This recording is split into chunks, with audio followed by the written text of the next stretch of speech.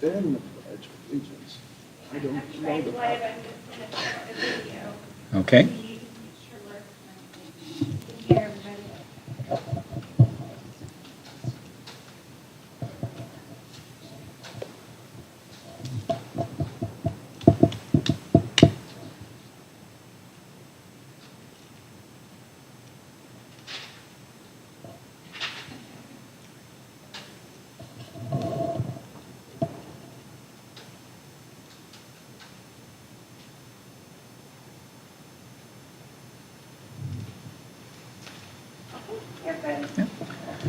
Okay, it's 5:02. We'll call this meeting to order.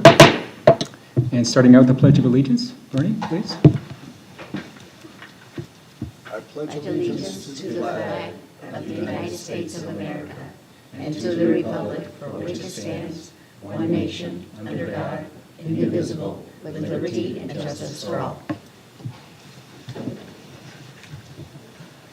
Okay, approval of today's agenda. Do I have a motion to approve? I so move. And how about a second? I'll second. All in favor, please say aye. Aye. Any opposed? Okay, agenda is approved. And for the executive session, I move that we go into executive session for the purpose of discussions or consultations with designated representatives of the district to consider our position and instruct our representatives regarding negotiations for the purchase, sale, or lease of real property. Do I have a second? I'll second. Okay, all in favor, please say aye. Aye. Any opposed? Okay, we are adjourned to executive session. Bernie.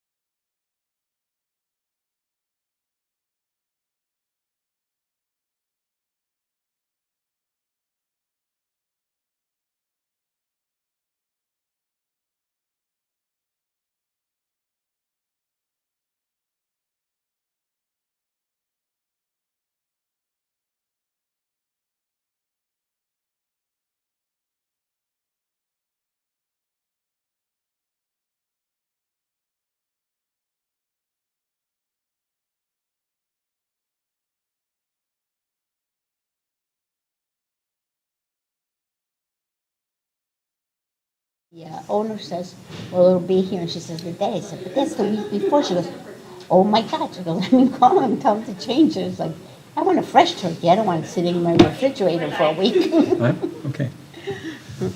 All right, it's 6 o'clock. So we have to take a vote to reconvene our general meeting. Do I have a motion for that purpose? I move we reconvene our meeting. And a second? I'll second. All in favor? Aye. Say aye. Any opposed? Okay, we're back to regular public session. Okay, now I move to approve the direction given to our designated representatives authorizing a 2-week extension to the due diligence period for the sale of real property. Do I have a second for that motion? I said, Okay. All in favor, please say aye. Aye. Any opposed? Okay, I was a little late. Aye. okay, So who's owning the second on that? Okay. okay. And unanimous, approved. And Okay. that's actually on the agenda. It's on at the agenda very later. end. Is it on the Action end? item. Yeah. So Okay, I was just practicing. we can count that, and then. Can we count it? Yeah. I don't think. Cool, okay, we'll skip it at the end. Thank you. Keep me in line here. All right, approval of minutes for the October 22nd, 2025 board meeting. Do I have a motion to approve? I move we approve the minutes. And a second? I just want to call out that my first name is Mrs. again. On the signature line? No, in the minutes. Everybody else has their first name. Oh, goodness. I'm just teasing. That should just do the extra respect, see? second. Okay. So do we have a motion and a second on that? Okay, all in favor, please say aye. Aye. Any opposed? Okay, it passes. All right, on to informational reports, starting out with Dr. J. Yeah, Dr. Kuski, members of the board and guests, thanks for being here. We have a couple of good things to share. So first of all, since our last board meeting, we have been notified through the Department of Ed that Fountain Hills Unified School District has retained their A-letter grade for 2025. And that's big news for us. And all the schools had growth, which is also great news. The highest level of growth was McDowell Mountain Elementary School with 7 points of growth there, which was awesome. And in the house today. And they're doing great work, and special thanks to our teachers, staff, and administrators over at all of our schools, but especially at McDowell Mountain where they had that massive growth. The high school, middle school both had growth. Small high school, about 3 points, which is pretty good, but they finished with 85 out of 90 points, and the middle school finished with 85 out of 90 points, which is really good. So that's great for us. It's the 6th A for the high school, and the second consecutive there for the middle school. So we're really proud of that. We had Fountain Hills Day on our campus last weekend, and I just want to thank Betsy Lavoie and the Chamber of Commerce for thinking of Fountain Hills Unified School District.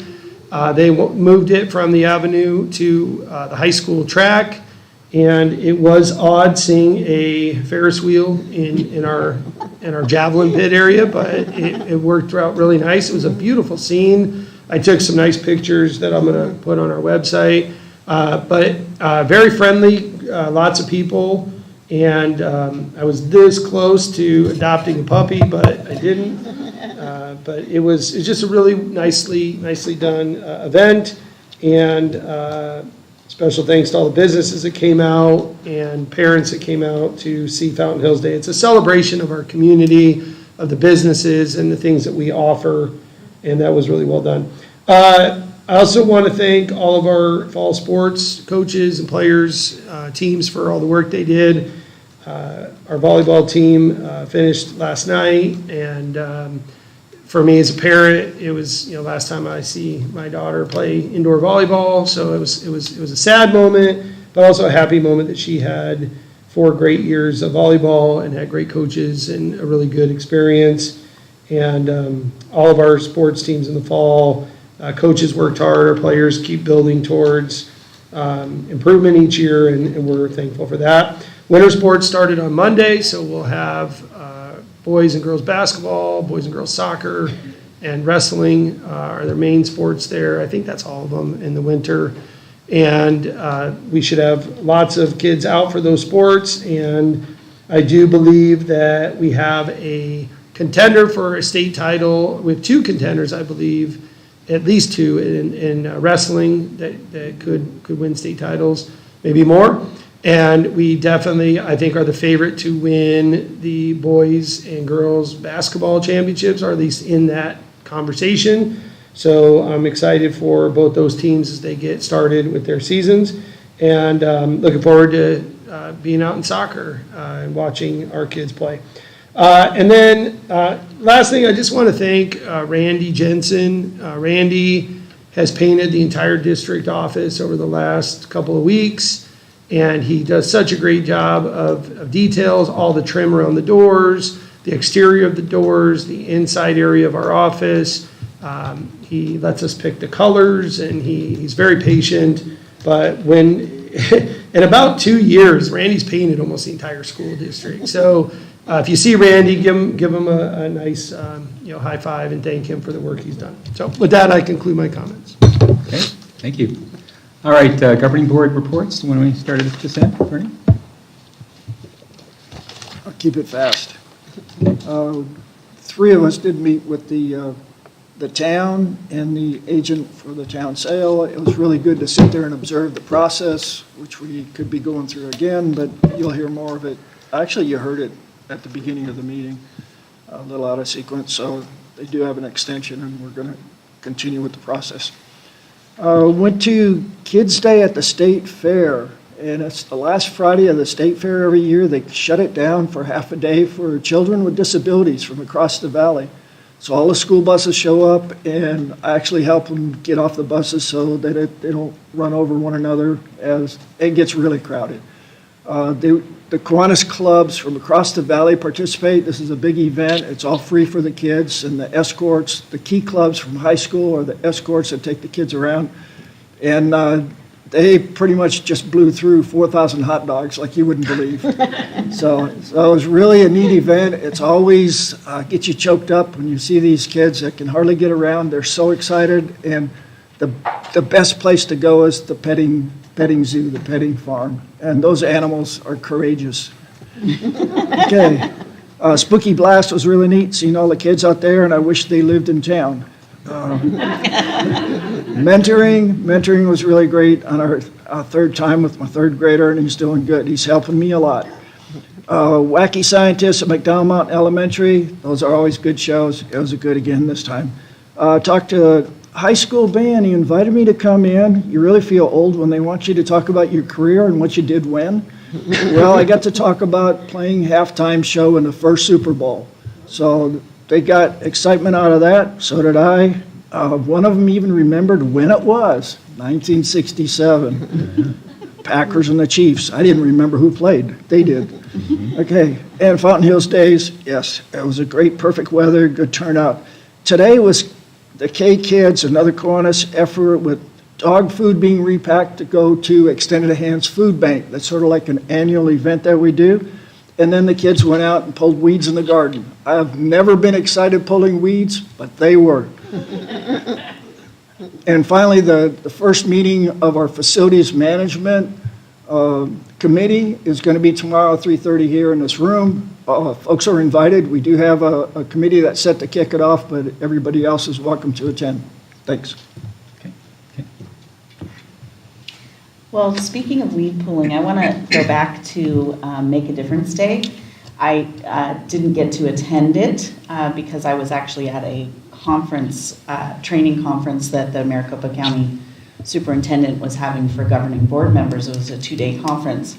But I do understand that there was a large group of people in the community, probably some parents and kids, that did come and pull weeds and do a lot of yard work, especially around our high school, is my understanding. And so I just want to extend a huge thank you to the community for all of that work. And then I wanted to focus my comments on parent-teacher conferences. So as a parent of a 7th grader, I spent last week going to meet 4 of my son's teachers about how he's doing in class. And I didn't necessarily need to do that because he's doing well. But I appreciate that the teachers extend their time to all parents, whether kids are struggling or whether the kids are excelling, to come and meet with the teachers, ask questions, understand what's going on with the curriculum, make suggestions, see how they can help their child or their student at home more. So I just want to extend a thank you, not only to my students, teachers, but to all of the teachers and staff that make that happen. So, and that's it. Okay. Elaine? Well, since it was Red Ribbon Week, I had a very busy week. I did start with the awareness walk at the elementary school, which is fantastic. And this year, they had extra people there. So when the students stopped walking, one of the big hits was seeing all the fancy cars that were there. I think just about everybody wanted to get into the cars. So I took pictures, and my husband wanted to know if I was buying him one. So I had a good laugh over that one. Then I went to the health fair at the middle school, which was a blast. The kids really had a lot of fun. They came by grade. They walked around, got information from everybody that was there. Then there was a raffle for somebody to win some cash. They played sports. They did everything. And after that, they had speakers. I attended the speaker last year as well. It was the same people. And it is a mother from right across the area from us who lost one of her sons. And it was so impactful. And last year they spoke to the high school students. This year it was the middle school. You could have heard a pin drop. The students were so quiet and so respectful. It made me very proud to be there. They listened. And then Ms. Siete, who's in charge of doing this and brings people over, is really out there. She tells them the truth. She tells them like it is. She didn't hide anything. And again, the students were listening the whole time. So I think it's a really good thing to have. I did go to the Wacky Science Guide, who the students at the elementary school had a lot of fun doing. And I haven't tried the one thing he showed how to do. I'm planning, I may do it during Thanksgiving when I have company, just to show them that I could do something like that. Spooky Blast was fantastic. I was there volunteering with the group as well. And I really had it was very hard to say something, and then the parents would come with the kids, and I felt like going, are you going to our schools? Are you going to our schools? But I held back and didn't do that because I really wanted to. I've attended a few of the coffees, which are always very informative, and it's great to have new parents come and ask questions and find out more of what's going on in the school district. I attended a Zoom meeting with ASBA, and I recommend everybody go to the conference in December, because we're talking about different things that are going on and how to help all students in Arizona, which is really good. One of the highlights is going to the preschool music event on Friday, where those 3- and 4-year-olds were singing, and it's always great watching them. They did a great job, and after that, they went over to Fountain View Village, and the residents there sat around two stories with candy, and the kids got to walk around and get candy from everybody, and all the parents that walk with them would say, what do you say, thank you, and everything. Some of those kids really left with quite a bit of candy that they didn't have to go out at night if they didn't want to, so they had a really good time. They sang a song for all the residents there, which is always a big hit for everybody. I went to the community garden on Sunday, and that's very good too. It's amazing the things we have here in Fountain Hills. For people to go and see, and I think it's the 8th anniversary, and there's a cooking demonstration as well. And I was at Fountain Hills Days, which was great to see behind us here. Suggestion was to not make it as long, because I think it just started dwindling towards the end, and I could see with the Ferris wheel and everything else that it was better for kids to come earlier. That Ferris wheel was incredible, because as we were driving towards here, you could see it from far away, so it was really nice to see.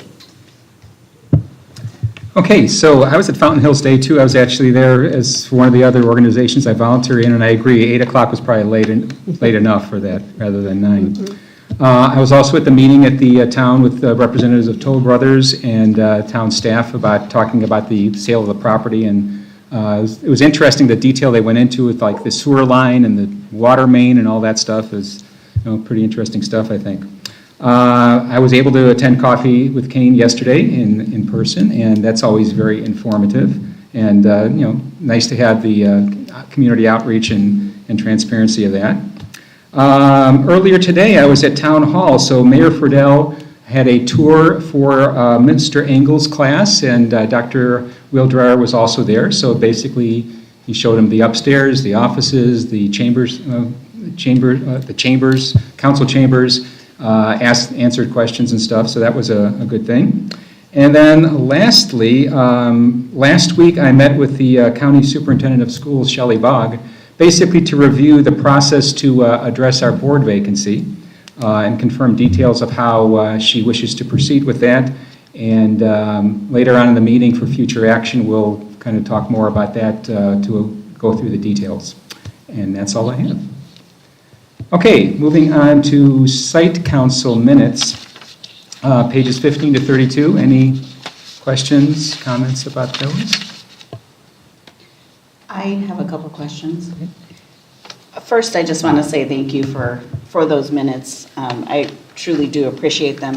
And I guess I just want to understand when we have vacancies, so for example, when we have a third grade parent missing or a preschool parent vacancy, are we regularly trying to advertise to get folks to volunteer to be on site council, or how does that process work? Yeah, sure. So there are bylaws on how to replace members and advertise for them. It's interesting that you bring that up because we talked about that in the last probably 2 or 3 weeks of streamlining all of those processes because each school has different bylaws. Okay. And so the principal brought that at our last principal meeting as something they want to work on moving forward, is to come together with not only the same minutes that you guys get, which you guys had asked for a while back. I think they're doing that, right? Same Yep, thing? yes, they are. Okay, so they wanted to address the bylaws. So how that works, and I've done this as a high school principal before, is they will start by having a meeting, the 3 of them, with me there to discuss of what really the makeup should be.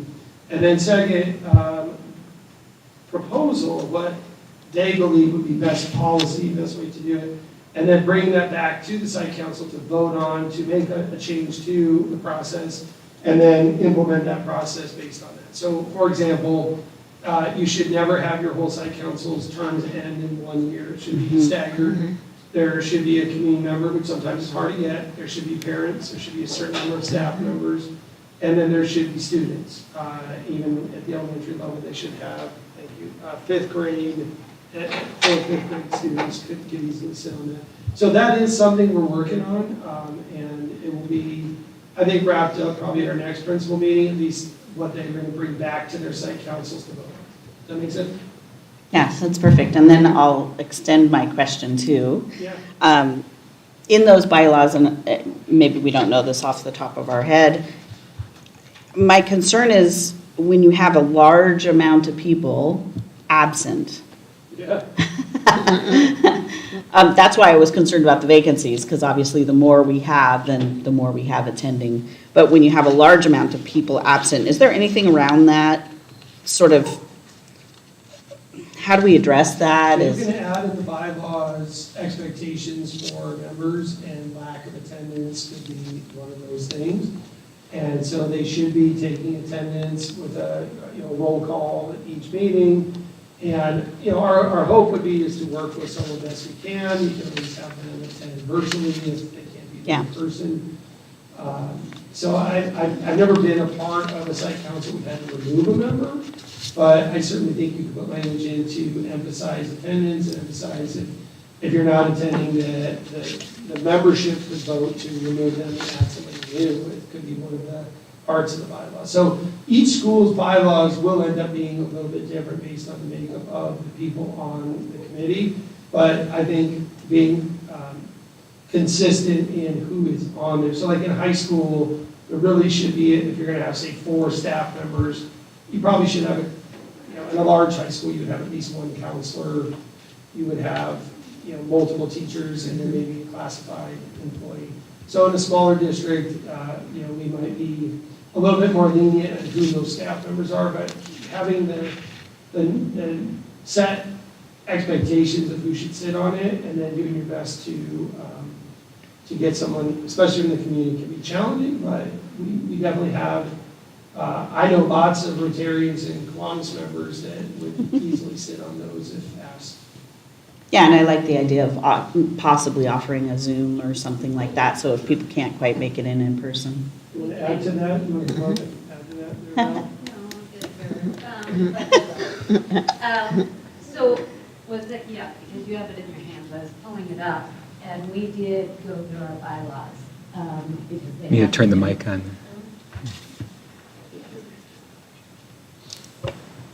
They haven't been updated for many, many years. Okay. So we took a look at them as a site council. We updated that portion, and it's at It says 3 consecutive meetings of being absent will get you removed from Okay. being a member. And we just updated them in September. So we just updated them. We all agreed to them. I shared them with middle school and high school, and they're working on theirs too. And I think theirs will look a little bit different. We have a lot of teachers on ours, so which I love. They share what they do in that month. And it's just a good feeling of being together and working together, really. Anything else? Perfect. No, thank you. We're on it. Other questions? Okay. Next up is the current enrollment report, page 33 and 34. Any questions or comments about that? Okay. Then moving on, we have the McDowell Mountain Veterans Day celebration. Do you want to tell us about that, Stryker? Kristen and I are going to do that. She is my partner in this. Okay. So it's a good story, actually. And that's all I'm going to tell is the story. I don't have any pictures for you. Nothing formal.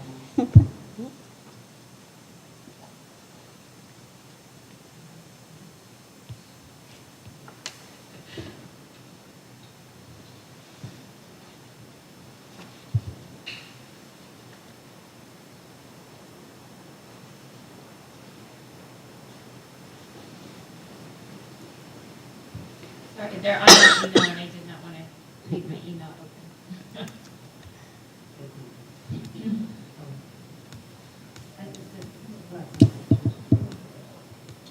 Now, Val, again, is the celebration, are they starting at the middle school and high school and then coming over? So what they're going to do, so this whole thing started like 3 years ago. I have an old friend, his name is John Rito, and he's the commander of the Legion Post 58. And we were talking one day, and I was like, wow, Veterans Day is coming soon. And so I said, we got to do something. Let's do something really cool and celebrate. So he's like, well, I could get all these guys on bikes and we can come and do this. I said, great, we have a great opening. This was at the middle school first. So we set it all up. We had students write letters to our veterans. He came in, you can see right here, on bikes, and they rode through our gates up on Golden Eagle. They came down, they made a big circle, if you can imagine, right, between the lecture hall and the band room. Yeah. And so they come down there, they made this big circle. We had, King thought I was crazy. I got all middle school and high school out there. And they did a flag ceremony, and there were tears, actually. And they sang God Bless the USA, and everybody's doing, swaying and doing all things. And they were so thankful to be recognized. It was just, how am I going to get this? So the arrow on the far. I got you.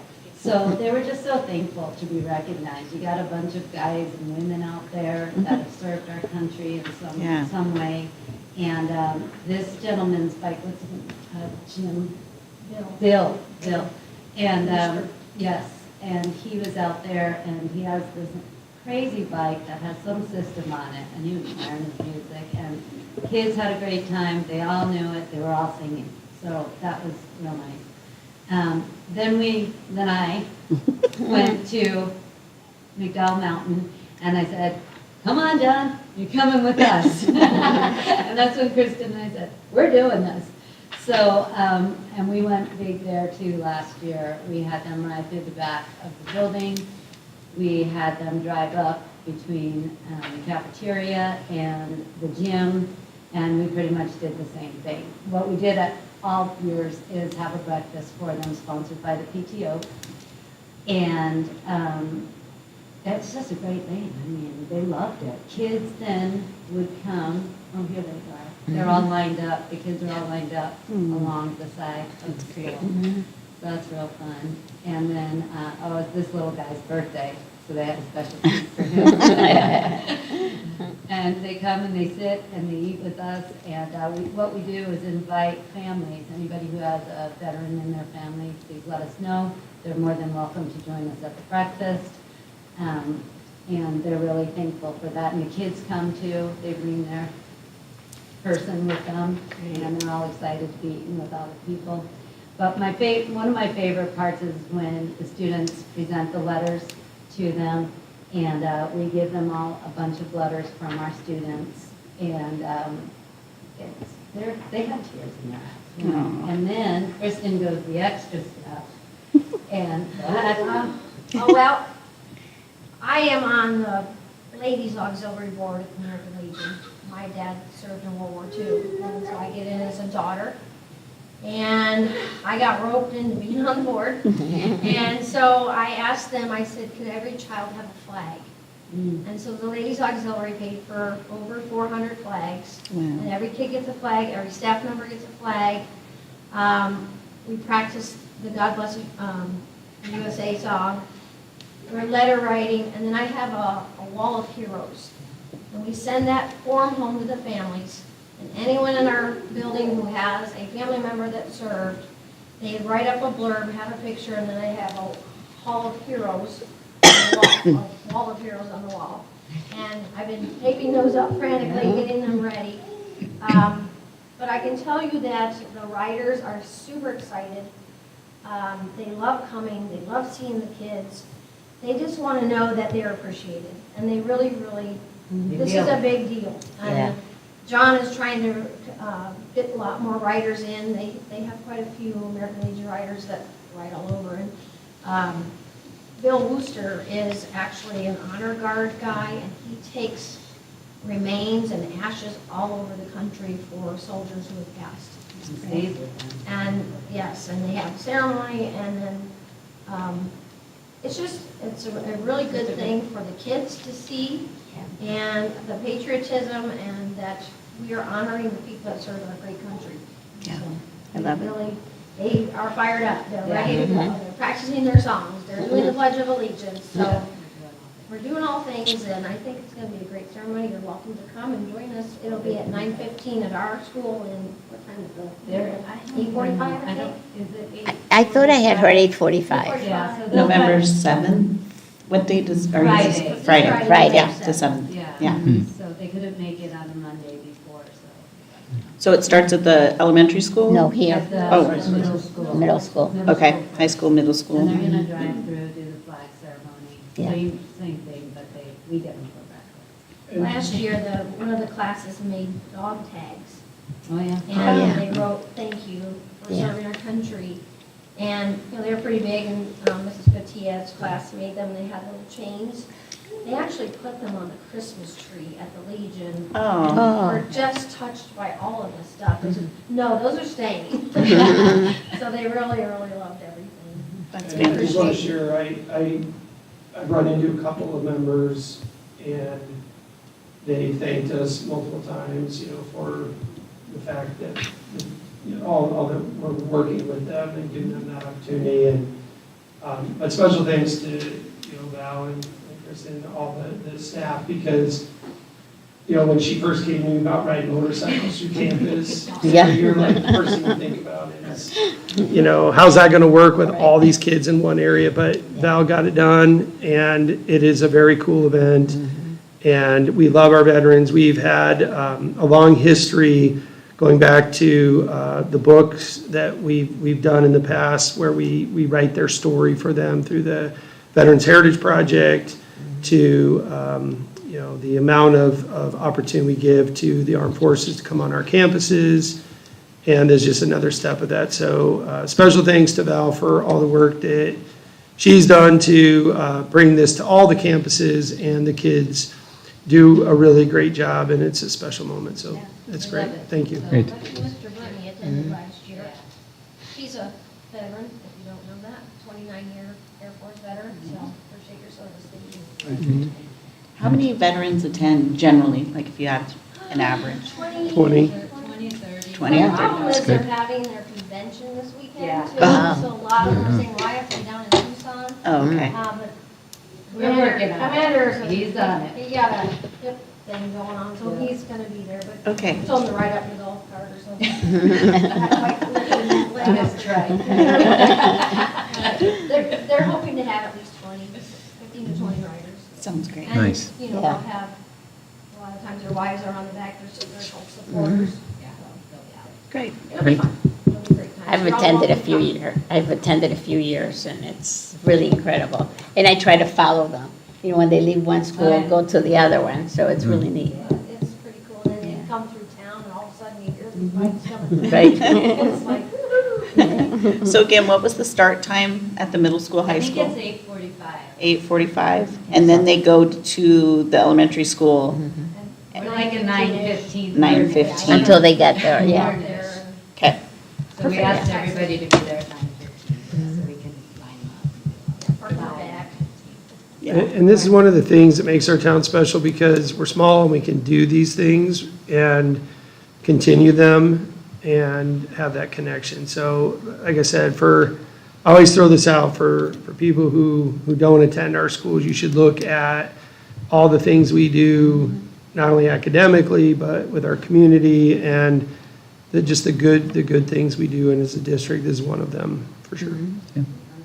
And I know Luke takes people to the Veterans Memorial to help them, because there was a home memorial The wrestling team. for the whole wrestling team, and they Yes. set up the stage for them Yes. and everything else too. Yeah, So we have a long there's even history more with connection. our veterans in town, yes, doing collaborative work, yep. Well, thank you. Thank you both. Thanks. Yes, thank you. Appreciate it. Okay, next up, public comments. Do we have any? No? Okay, then on to action items. Starting with the Personnel Action Report on page 35. Any questions or comments about that one?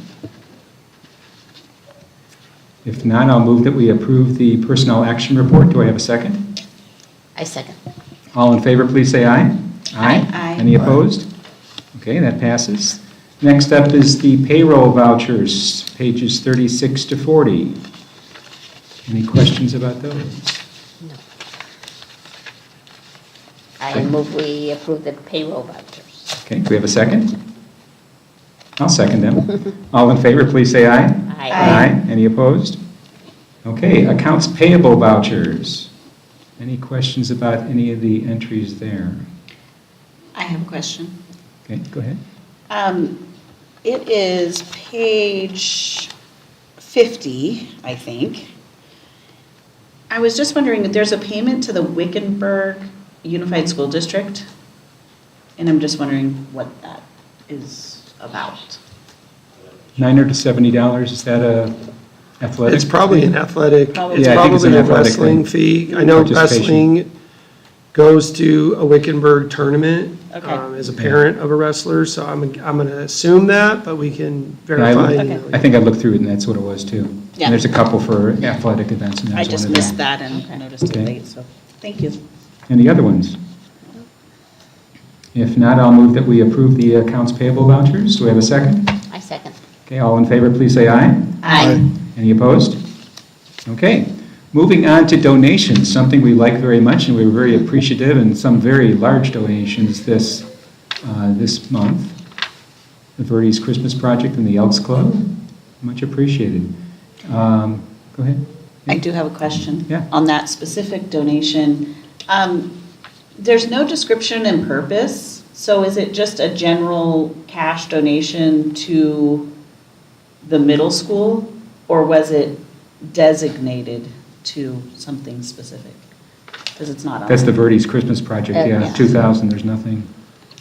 I think it usually goes to Steph's store, if I'm Yeah, not mistaken. I know that there's several organizations that do things in, around Christmas time. So I would assume that it's going to, they do some that provide gifts for students. One year we had where every student at the middle school got a gift, like every kid in this whole school.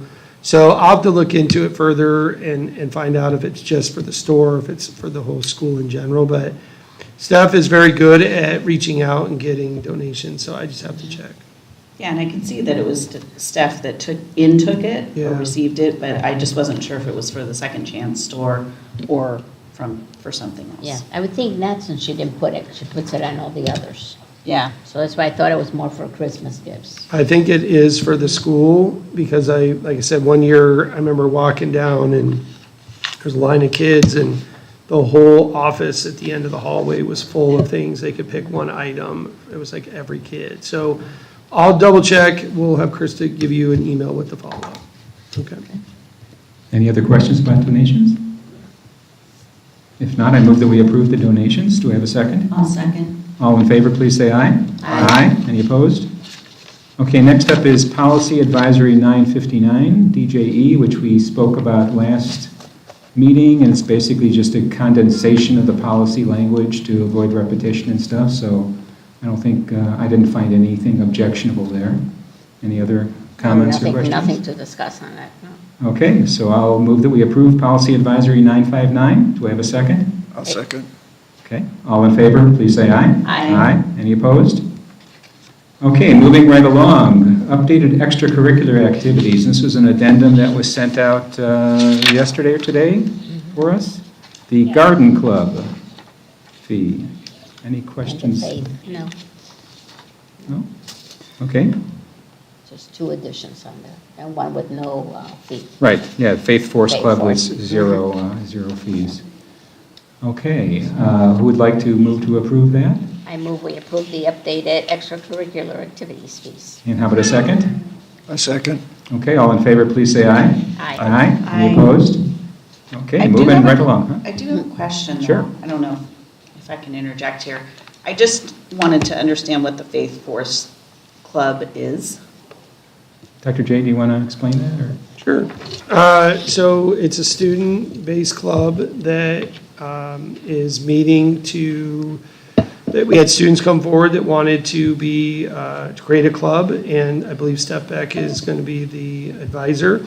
And I think the best way to kind of summarize it would be similar to like Fellowship of Christian Athletes that we have at the high school.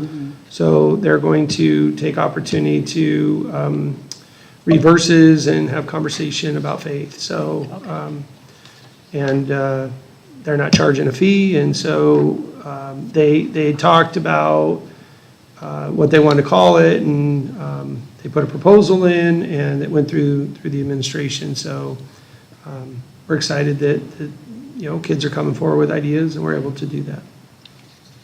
Okay. Other questions? Okay, I think we already voted to approve that, right? Yes. Yeah, okay. So next up is the Synergy Student Information System Co-op Purchasing Agreement, which we had discussed last time. Are there any questions or Yeah, comments? if you have questions, I can give you an update.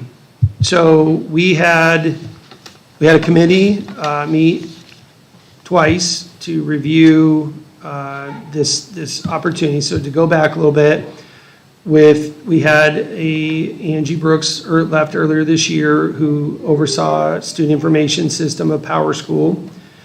You all had asked that we look at other school information systems after the breach on Power School, so that was another reason to do this.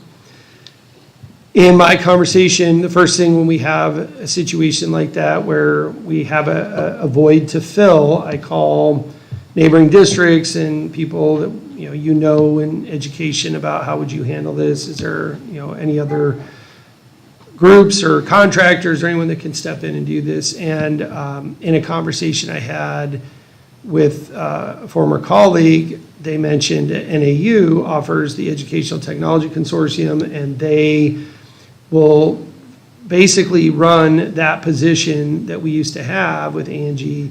They will do most of all of that work as part of a partnership with, they have 70 school districts. Their smallest district has 12 students, and their larger one would be one of us with close to 1,000.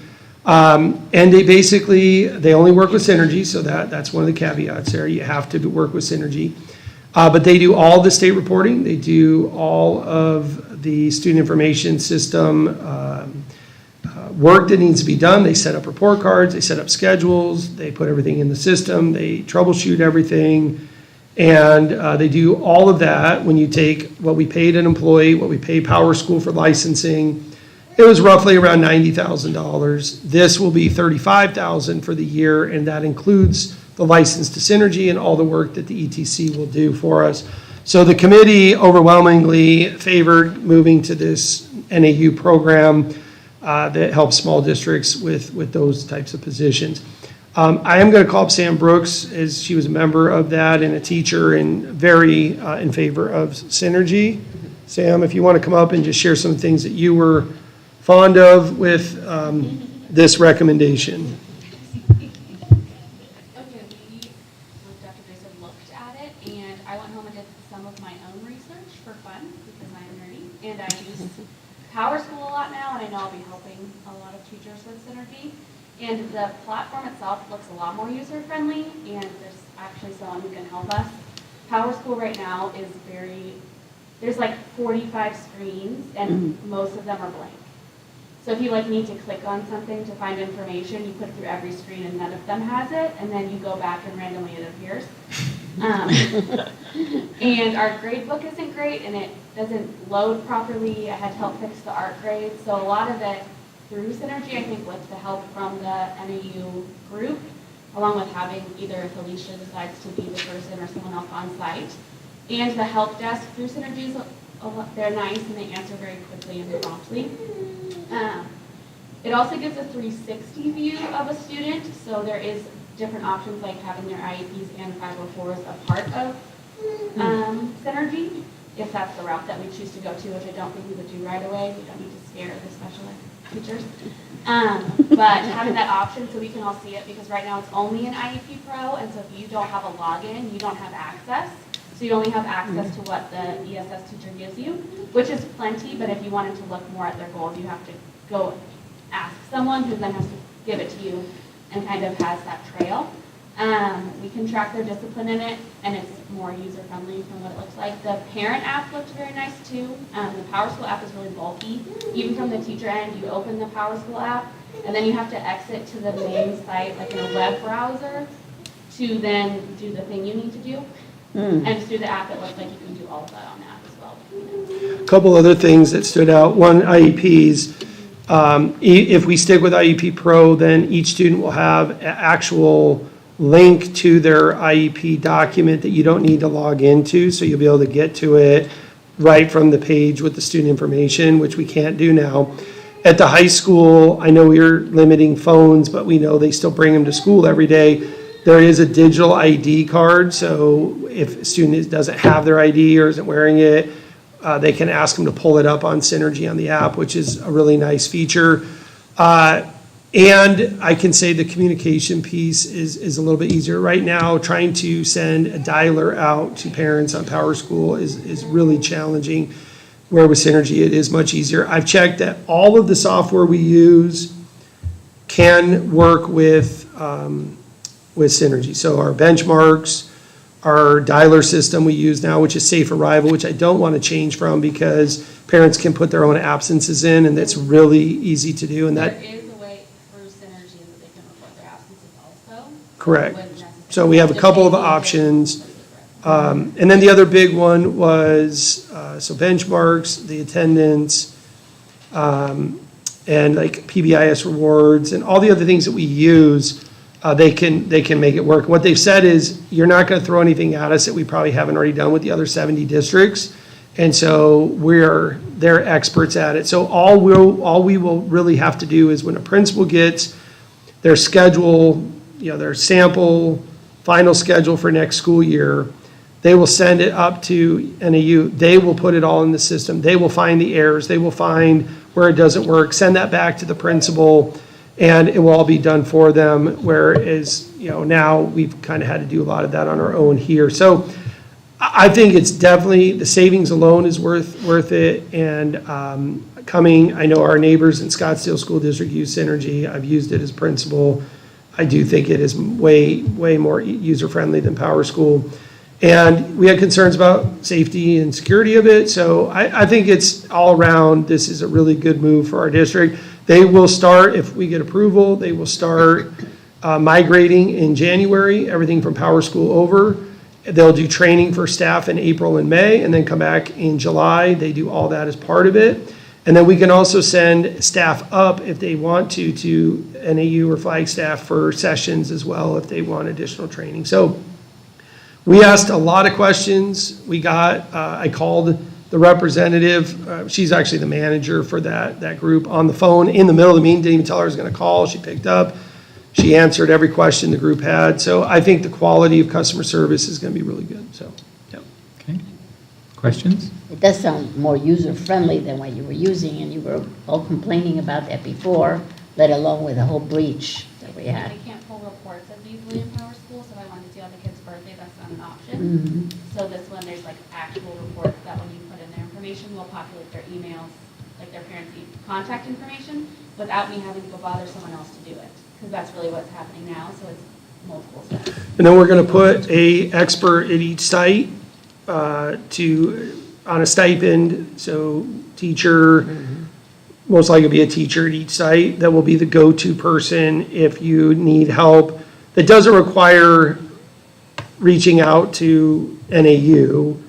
I need to change the percentage of this exam, or I need to set up a category. I want to run all my birthdays at the beginning of the year for the elementary school so I can have a wall of them. And I'm sure we'll get people interested in doing that, but that will help with the teachers having someone locally to go to, someone at the district level to go to, and then NAU.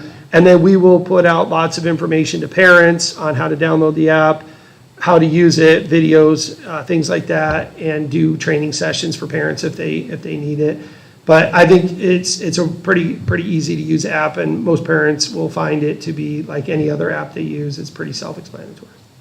I know as a parent right now, the PowerSchool app, you can see, for example, how much money you have in your kid's lunch account and things like that. Yes, is they that said tied that they together? will be able to connect with almost every software. The only one that came up that we may have to work a little bit through was some of the Sodexo software, which I believe is Horizon is the name of the KidServe.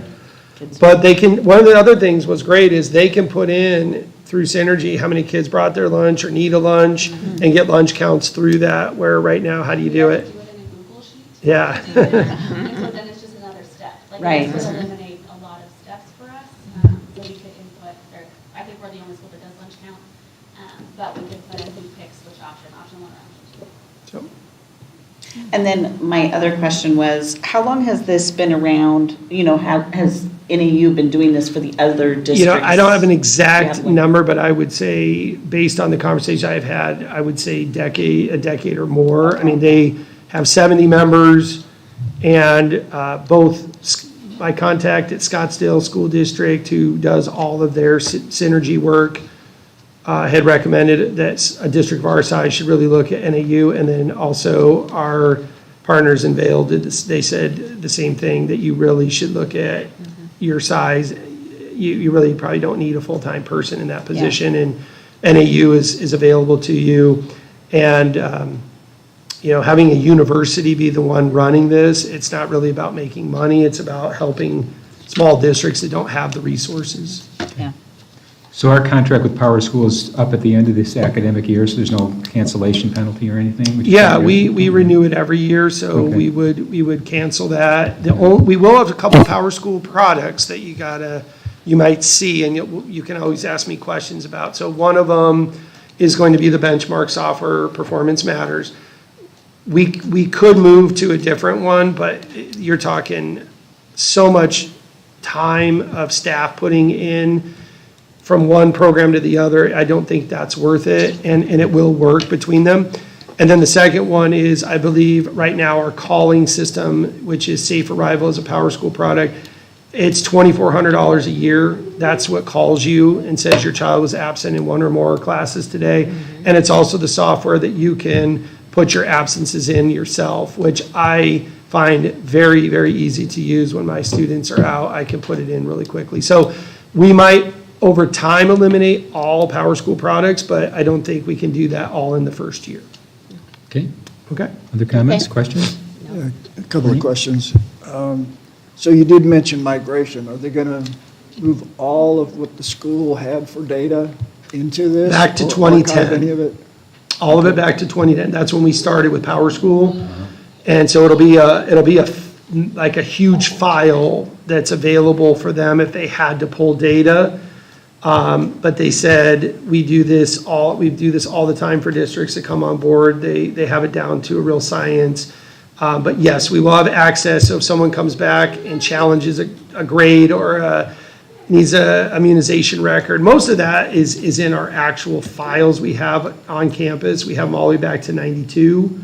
And so we do have people who come back and need immunization records, and we will pull those out of the actual cumulative file that's paper. But we will have access to those Power School documents in that migration, yes. Do you know where the data is going to be stored? I do not, but I will check and get back to you. Okay. And then security, have they filled you in on different techniques that they're using so that they can avoid a breach if possible? Yes. I think a lot of times, and if I'm not mistaken, the Power School, and a lot of these are where a user is not, protecting their password and their login credentials. I'm pretty certain it's two-factor. I'll double check that. I know that in Scottsdale it was two-factor to get onto Synergy, which eliminates a lot of those problems. But I can certainly have Judith, who's our contact up there, if you want to make a note, we could have her put a little something together for the board about what they're doing with security if you'd like, yeah. And then do they sign into it like an online, or do they have a client downloaded on their? So we typically, everything is now through single sign-on in our district, so they go through their Google sign-in. And typically,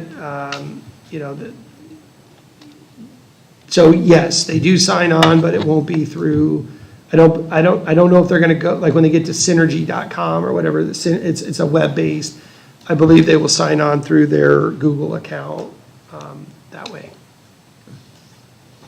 Thanks. All right.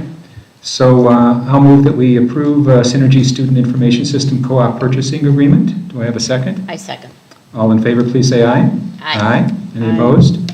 Okay, that's approved. Next up is the Osborne Maladon after-the-fact purchase. So this is a purchase order related to the EBIT litigation. Yes, Dr. Rakowski, members of the board and guests. I bring this to you tonight because we are trying every opportunity we can to make sure we have the best audit possible. And what happened here is you all approved to move forward with Osborne Maladon. And I was waiting for what we typically get, a W-9 and information of putting that purchase orders in. And out of the blue, we got a bill. So when we get a bill, it's now and after the fact. And I don't think it was fair to us because we were waiting on that, and it is our attorney that I'm going to talk to, I already have, but talk to them about, give us this opportunity to get that in. So since it was already board approved, you approved the expenditures, so to speak, publicly, and it was an error on the side of that we got a bill before we had a W-9 in place. I bring it to you for approval to, I don't know what we call it, but I guess exemption from Yeah. putting it on the audit, so to speak. Yeah. Okay, comments, questions? Okay, I'll move that we approve the Osborne Maladon after-the-fact purchase. Do I have a second? Second. Okay. All in favor, say aye. Aye. Any opposed? Okay, next up is the escrow on the land sale agreement with the Toll Brothers, and we kind of took care of this already, so we can move on to policy GCQC, certified staff resignation for Olivia Long, page 85 through 90. I'm here to answer any questions that you may have. Was there any problem getting someone to replace her, or will she So- be replaced? Ms. Long did a very good job of giving us plenty of time. So she is finishing out through December, and this would be in effect in January. So I appreciate the professionalism on her part to do that. We kind of go back to when we have situations like this pop up, it's connections in this community and always knowing who's available. I was able to secure a certified teacher from McDowell Mountain last year, Jessamine Coswaldo, who did a great job for us in 4th and 5th grade over the years. She had resigned at the end of last year to pursue some things outside of education. I happened to notice one day in my visit with probably Frank to McDowell that she was subbing. And when I see that, I get excited. And so in the back of my head, I kind of knew she was there. And then Val Reichler brought it up at I think a principal meeting that, Jessamine might be interested. So I called her, she accepted, she started on Monday because I didn't want the kids to have a different teacher halfway through the term. So Ms. Long is subbing in the district till she leaves to cut on sub costs. So she'll be subbing somewhere in the district every day through her time that she leaves. So I think she handled correctly. She is moving out of state, which we've seen, like I've shared, a lot of that happening. But we wish her the best, and I think she handled professionally, did what she needed to do. And with the change that we did at our policy to remove spouse, this actually then fits the current policy, Yeah. exactly. Yeah. So, Yep. any comments, questions? Do we feel that there is any damages in light of everything we were able to do, and the fact that she also gave us a long period of notice? Is there any damages? Well, there's going to be some cost to the district, but I think that cost is more on me to make the decision to not have the kids have to switch teachers in the middle of the year. And I think parents would appreciate that we took care of it in a natural break of term 1 versus term 2. Then in the middle, they come back from, break and they have a different teacher halfway through the term. So that's on me, but I think in the end that's the right call to do. So yes, I think you could technically say yes, but I also think if we hadn't done it that way, probably not. I do feel like she went through everything all the guidelines that we asked for. Yeah, I do. Okay, so who wants to make the motion to approve? I'm a approval, yeah. Okay, so we approve the waiver of the fee. Okay. Do we have a second? I'll Okay. second. All in favor, please say aye. Aye. Any opposed? Okay. So that's it for action items. On to information and discussion items, starting out with superintendent goals. Dr. J.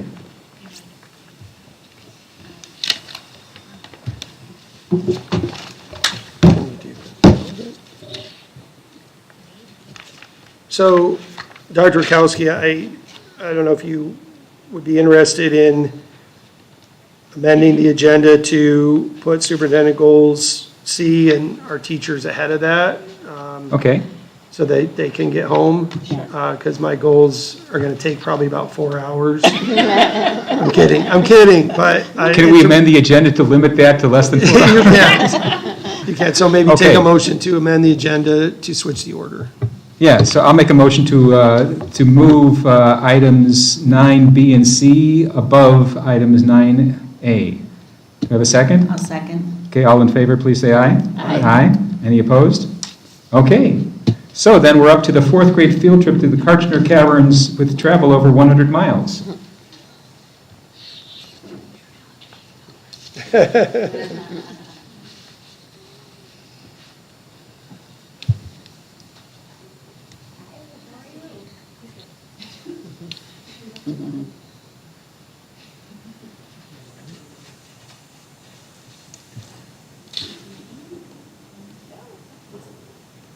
Hello.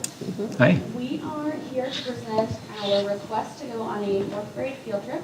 So myself, and Mrs. Brooks, and Mrs. Stevens. That's a sure. And he is from Project Exploration, so he'll be able to answer any of the big questions that you have for our field trip. But we realized, and Mr. Fun wasn't able to come today, so we realized that they have gone to every single museum in a 50-mile radius to our school by fourth grade, and not all of them are fun to go to again. So we were thinking of piggybacking off of what fifth grade does. They do an overnight field trip to the Grand Canyon, which you'll hear about next. And having us go to Tucson, so they would go to Southern Arizona this year, Northern Arizona next year, and ours is not an overnight trip. It's just a very, very long day trip. So, I'm going to skip the video, but I can share the presentation. Krista has the presentation if you'd like to watch the video. Dusty can tell you about Project Exploration, though. Yeah, He's here. no, thank you so much. So Project Exploration, we're a student travel company. We've been in business for 47 years, since 1977. We work with almost all the districts across the state. We do hundreds of trips a year, and this is what we specialize in. The reason we're in business, obviously, is because of our safety. For us, we're so grateful for the opportunity to work with all the schools we get to work with, and so safety is going to be the most important thing on that trip. The other thing that's really different about us is we're not just a company that puts the kids on a bus and puts in a video, right? It's an educational experience. There's educational expectations that are met. We have a guide on every bus that's going to facilitate educational activities on the way down. They're going to turn the bus into a bat cave, and they're going to do all these different activities on the way there. Right? So, but we do. It's a moving classroom is the way we like to describe it. Our bus is a moving classroom. But we handle everything. We handle everything. We try to make as easy on the teachers as possible. It's one purchase order to one place instead of trying to get a bus and transportation and reservations and all these things. So, but as Project Exploration, like I said, we've been around for a long time. We work with a lot of districts, and so. Yeah, we're super grateful for the opportunity. We can go through the itinerary, then we can answer any other questions that you might have. All right. We went over safety, but we'll go over it Yeah. in a minute. Okay. So for the itinerary, we will be leaving between 4:30 a.m. and 5 a.m. with a bunch of fourth graders and their adults. Our first stop will be the Copper Mine. The Copper Queen. Copper Queen Mine Tour. I always try to say Cooper because it's Cooper. The Copper Queen Mine Tour. And so we'll be there for about an hour. And then we'll do a walking tour of Bisbee, which will be lots of fun, especially for the kids who haven't been to Tucson or been to that area. We'll eat lunch on the bus on the way to Karchner Caverns, and then we will be there for the rest of the time. They only allow 100 people in per day. Yeah, Per day, yeah. since it's a living cave. So if by magic we have all of the students and all of their parents who want to come, there might be a few parents who won't be able to go into the cavern, but as long as we're under that 100 number, everyone will get to go. They have activities to do while we're there, and then we'll eat pizza for dinner, and then we will head home. So we picked some standards that I put in the packet for you and the request on the back that go along with what we're doing, and they'll be able to incorporate those into our trip. But it's a living cave, so they have to not be able to touch anything. And we will have behavior expectations and then academic expectations also for students who attend. The academic expectations will be based on students completing work to the best of their ability, obviously because we have a range of students, so we don't want to just say only students with A's or 4s can go. And then we are going during makeups of state testing. So if a student has not made up their state test by the time that we go, they will not be going on the field trip. And we will make that clear to parents. But if they come every day they're supposed to, And the Monday, Tuesday, and Wednesday before we go, they should be able to make those up if needed, but that will be one of the requirements to attend as well. It is a long day. We do that on purpose. We want to try to get in as much as possible on these days. One of the things we talked about, back to education. So we'll have a guide facilitating games and activities, educational components while we're there. While we're at Copper Queen, they're going to ride a train a mile back into the Copper Queen mine. They're also going to see the Lavender Pit, which is an open pit mine, closed pit mining. We're going to learn all about Arizona's history in copper. There's a guide on that trip. So our guide will be on the bus at these locations. They'll have a docent and a guide that will lead them through the mine.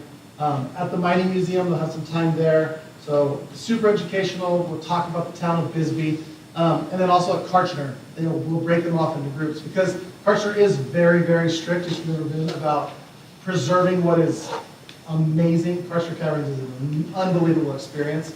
But there's only so many kids that can go in the cave at a time, so we'll break them off into rotations. One will be on a nature walk, one will be in the museum, one will be in the gift shop. That's super important. So we'll break those numbers down, but we'll have a whole program. So it's a long day, but there's no downtime. So yeah, that's one kind of. Yeah. Do you have any questions about the itinerary? How long is the drive down and back home? 3 hours. Yeah, it's Okay, it's so- about 3.5 hours, yeah, all the way down to Bisbee. So Okay. we go all the way, and then we kind of make our way back. So they get home at close to midnight. 8:45. 8:45. Oh, so they are home at 8:45? Yeah. Okay. Yeah, Because I'm just concerned because there's a school day the next day, right? Yeah. yeah, yeah. We also timed on happy Wednesday. And just to give you guys, we have 72 in that grade, so being under the 100 should not be a challenge. And then for the price of the trip, it is a more expensive trip, so it's $165 per student, and then $180 per chaperone. The student, we need 38 paid participants to secure one bus, and then we need another 38 to secure the second bus without the price increasing, because it's priced per bus. Is that correct? Okay. And so we're going to do fundraising at school. We're going to, 5th grade, and we're going to share Mrs. Butler and us on the fundraising part and kind of combine efforts. Last year they sold pickles. That was a hit. 4th grade said we would take that on to sell pickles. There is a readathon that one of us will do. Parents can also use tax credits. So we are going to suggest that if they have tax credits available this year, that they can go ahead and use those for their students if they wish to pay that way. We have some other ideas for fundraisers, candygrams. You had a good one. That was Tattoo the teacher. Oh, yeah, we had a fun one where students could purchase like temporary tattoos and then pick which teacher, that as long as the teachers agreed to it. And then one day we would just have a little bit of tattoo on our arms just to give them a way to we don't want to do pie the teacher in the face or duct tape a teacher to a wall, none of those. So this one we felt was a little bit more fun for the kids to get to do. And so, yeah. Anyone have any questions? Sounds good. Sounds fantastic. Yeah, that's good.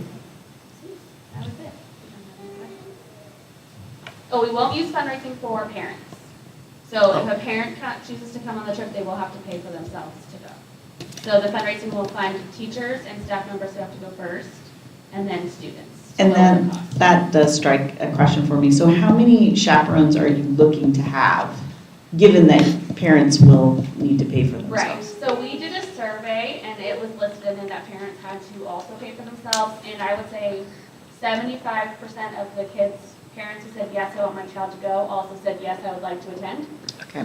So we will have the parents probably on a wait list first to figure out how many kids are going, because obviously we want all of the kids to go, and then we'll fill the remaining seats with parent chaperones. But parents are not allowed to drive to the field trip, so they do have to be on the bus with them. Okay. Good. Good, Sounds good. thank you. Great, Thank you. Thank you. I'll stay. Sorry. So next up is the 5th grade field trip Grand Canyon overnight.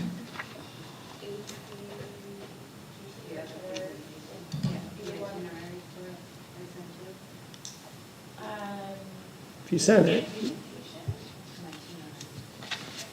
Yeah, either one. The board has it. Okay. It's in the packet, but I can Yeah, we do have. pull it up for you. Most of the information is honestly the same, other than the itinerary and the cost.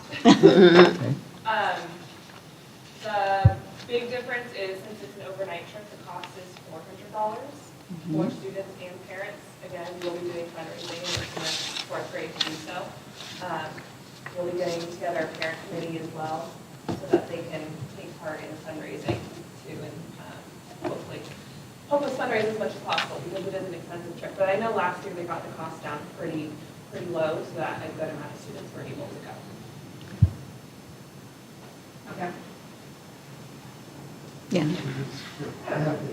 We can just talk about it. And I can go over, really, it's the same, it's going to be the same thing. We're the same company, same exact stuff. One of the things that you may have saw in the slideshow before is code word, right? And we'll talk a little, so that's going to come into play a lot with the hotel. So this trip, so the trip's going to be, you care if I just, sorry, 6 in the morning. 6 in the morning, the trip's going to, we're going to meet, leave at 6:30. We're going to head up, we'll do Montezuma as well. As long as the government shutdown gets better. Montezuma as well, the castles are closed right now. So, but yeah, so Montezuma as well, and then Arizona. While they're at Arizona, they'll do the driving exhibit. So we'll go through the bus. They'll drive through. If you've ever been to Arizona, it's an open exhibit. The kids are going to be able to drive around. Bears are going to be around. There's going to be wolves and all these different animals that the kids are going to get really close and see. And so we'll do Arizona. There are also a bunch of shows that are there at Arizona. And then we'll do lunch at Arizona, and then we'll do NAU, so we'll do a scavenger hunt at NAU. Then back to the hotel, we'll check in, and I'll go back to the hotel real quick, then we'll go to Lowell Observatory.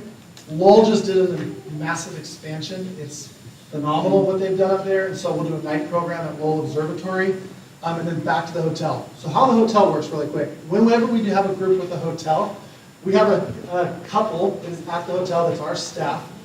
They will take the kids. So what happens is, before the trip ever goes, the kids will talk to the teachers will assign the rooms, kids are 4 to a room, adults are 2 to a room. But when we get to the hotel, we take the kids to their room, we check them in their room. Each room gets a sheet of paper that says who's in their room, what time their wake-up call is, what time they will be let out of their room, and what room number our night security, and what room number our guide that's on the trip is in.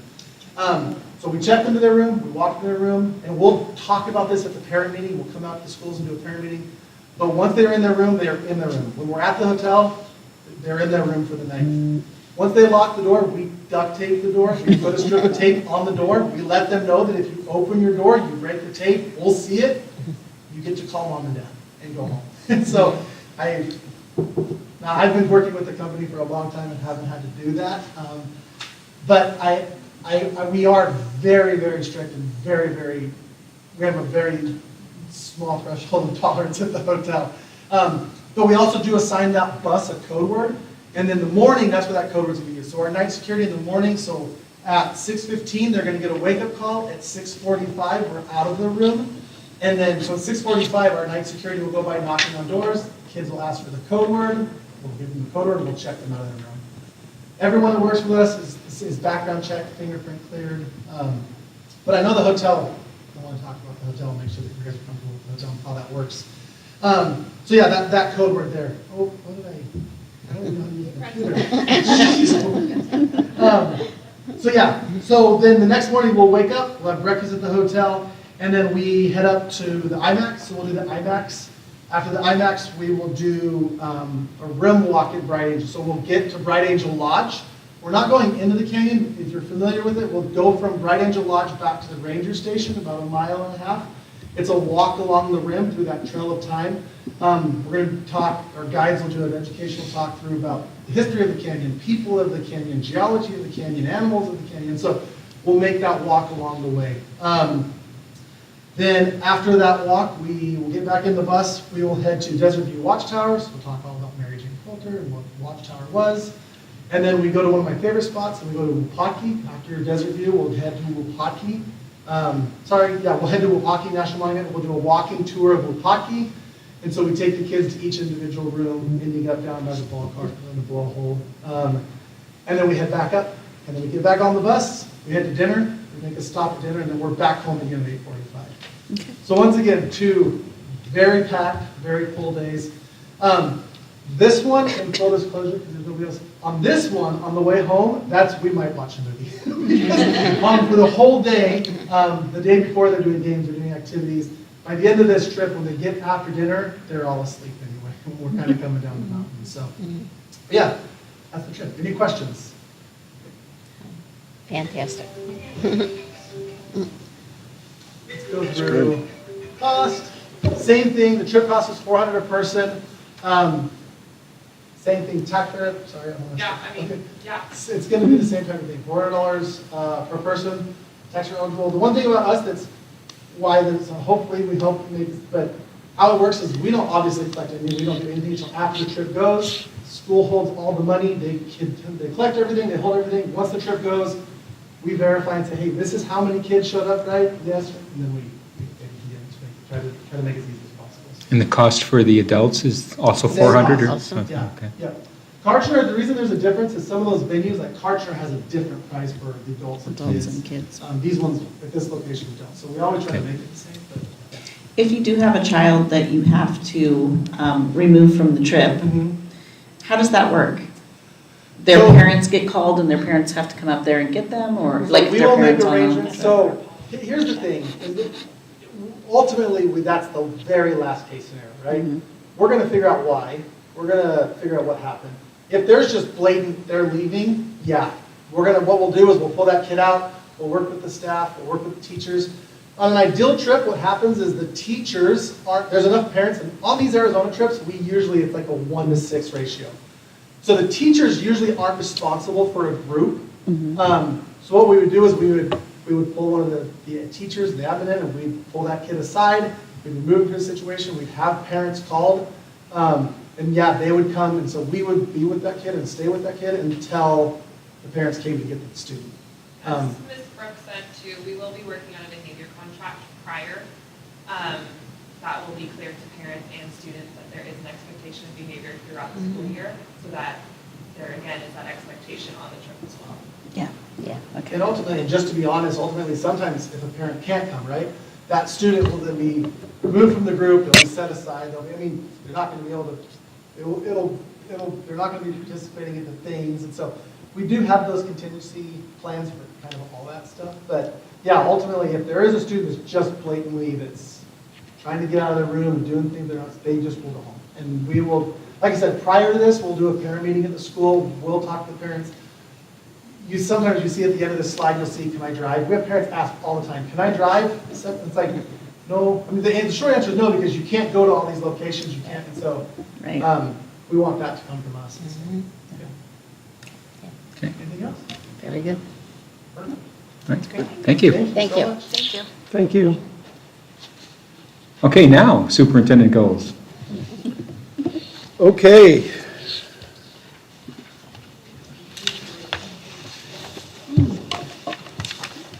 Dr. Kowski, members of the board and guests, you have board members have a copy of a draft, and tonight we'll go through that. You'll have an opportunity to share back with Krista and myself if there's things that we want to address. So let's jump into it. 4 goals.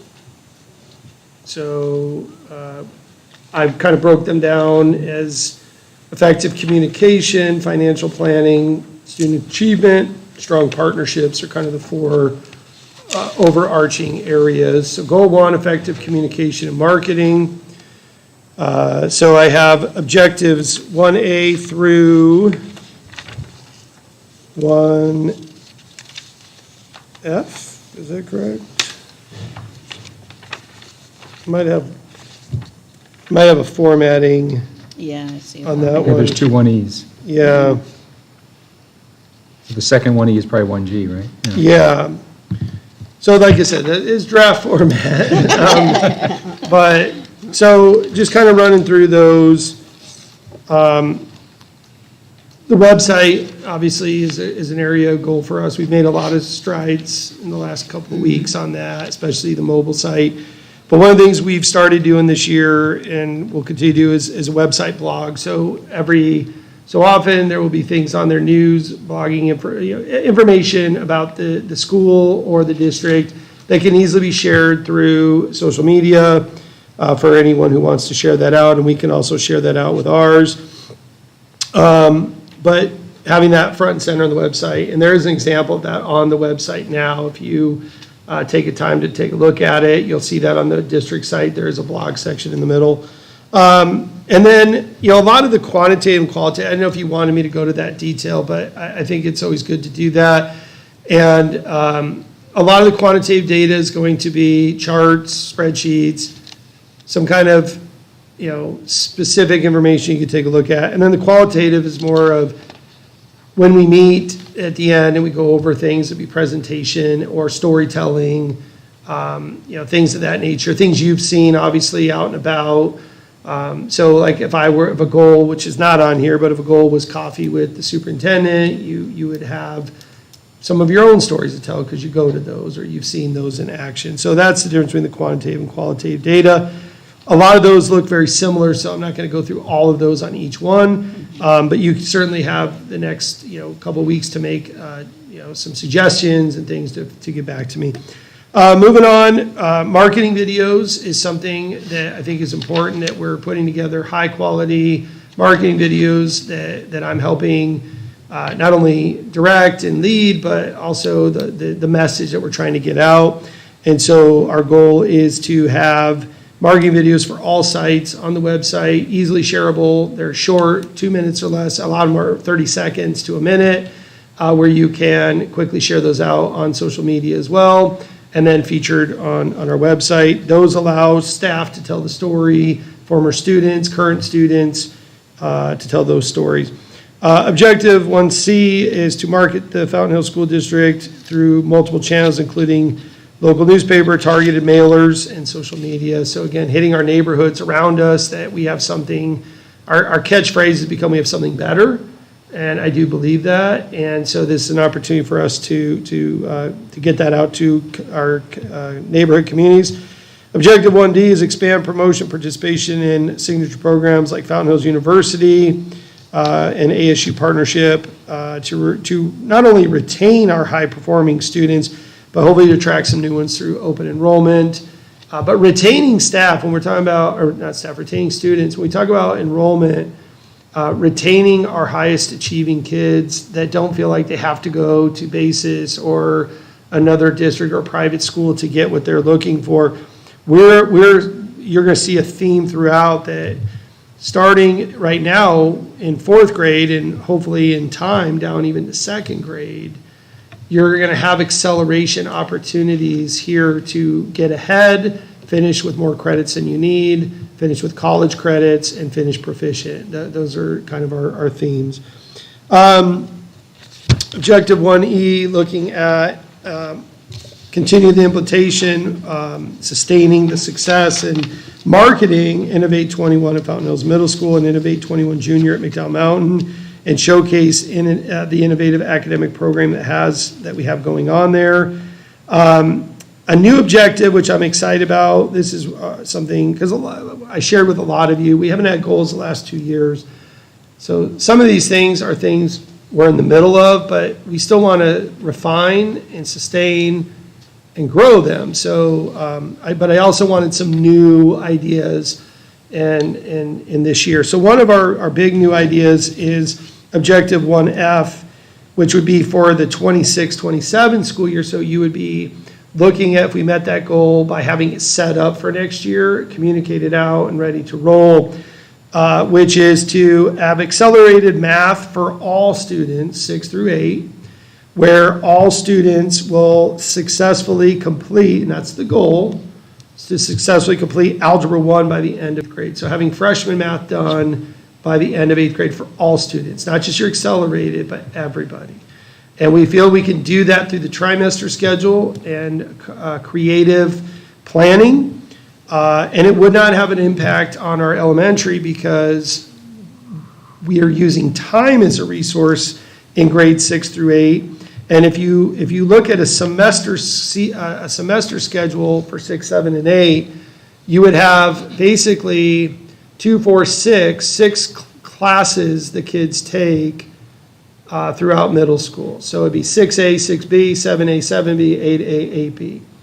In a trimester, we pick up 3 terms each year. So now we have 9 terms available versus 6.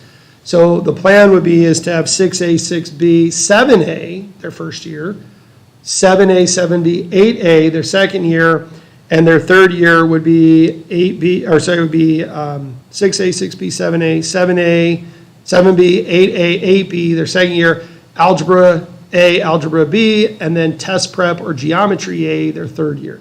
So really looking at our middle school as similar to the high school where you have 3 years to get this done. Like in high school, you have 4 years to get it done. But if you do what we're asking you to do, you will finish and be promoted to high school at least 1 year, if not a year and a half or 2 years ahead in math. And that's big because we all know math is the hardest one for all districts to get high proficiency rates in. And we'll have kids coming out of McDowell Mountain now because they're in Innovate 21 year 1. So the 4th graders next year should be coming out 1 year ahead in math. So they could conceivably, those kids get all of geometry done in 8th grade too. And that's been a goal of mine. 20 years ago, we had a full class of geometry in 8th grade here. When as principal, I really didn't look at that as much because I was a high school principal. We looked at it a little bit. But as superintendent, when I arrived in 22, we have 0. And so you would think 20 years later, we'd have even more. And we actually regressed over 2 decades. And now it's time to bring those expectations back up. So our goal is to have a class, whether that's 20 or 30 kids in geometry in 8th grade every year moving forward is our goal. Then when they get to high school, they'll take Algebra 2 their freshman year, and then they're done with math. Not done, but they're done with the graduation requirements of math. And for our high achievers, they'll go on to pre-calc, calculus, A, B, B, C, and then there are 3 or 4 ASU math classes that they can take as well. So we could actually have kids graduating with 9 math credits where our competitors have 4.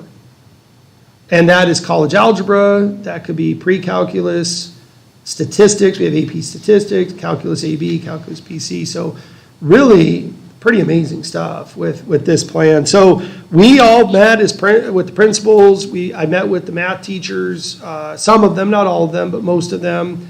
And we feel we can get this done. So that would be something new for 26, 27. And then the last objective is promote accelerated math. So not only get it done, but promote this math pathway through district marketing efforts and highlight our academic programs, not just the math, but all of them, but really a focus on Fountain Hills School District is really pushing hard on accelerated math. Okay? All right, goal 2 is formulate and transparent, comprehensive, short and long-term financial plan for the district and its students. So first, so objective 2A, so goal 2A, complete and present the work of the Facility Use Committee. I know we're officially calling that, Bernie, but I'm just calling it that at the time. If we come up with a cool name, we'll throw that in there. But to guide decisions regarding district facility use, maintenance priorities, and long-term planning. So you have created that group. It was a recommendation that I made to you. You accepted that, and I appreciate that. And we have our first meeting tomorrow. But the goal of this is to get these great minds in the town together and to really put together a long-term plan of what happens. First of all, what happens with our facilities if things stay the same? What happens if we grow? What happens if we decline? And be able to put something together that we'll be able to present by the end of the year to you, what that committee comes up with. 2B is to develop enrollment projections and corresponding budget alignment plans with the finance department to ensure that staffing, programs, and expenditures reflect anticipated student population trends. So we know next year it's going to go down again, but we should top off at some point just because you kind of hit that bottom. I thought it would be this year, but it wasn't. We didn't anticipate 36 kindergartners. We didn't anticipate the COVID birth rates that we're seeing. So we'll use a variety. We'll use historical data. We'll also use some AI to help make some projections. But we need that anyway, just to create our staffing alignment for next year anyway, in future years. And then objective 2C is implement a financial strategy for the use of land sale proceeds to fund facility repairs while also strengthening our M&O reserves for future sustainability. So that'll be really coming up and showing you how we plan to use our land sale money, not only to make corrections to buildings, but also to maybe alleviate some M&O restraints that we have and be able to put some money hopefully away by eliminating some M&O costs and be able to strengthen our reserve accounts. And so that'll be outlined in there of, I'm thinking, I'd like to strengthen our reserves by maybe $1 million to give us, we're currently at about 30% of our budget we have available in reserves, so getting that to 40 would be great. You kind of get to a point where if your reserves get too high, then people start questioning, well, why aren't you using them, right? So we got to find that happy balance. But I just met with the county, Annette, last week. We went through all of our accounts like we do every 2 weeks. Her and I go through them all to make sure that money is there and where it's supposed to be.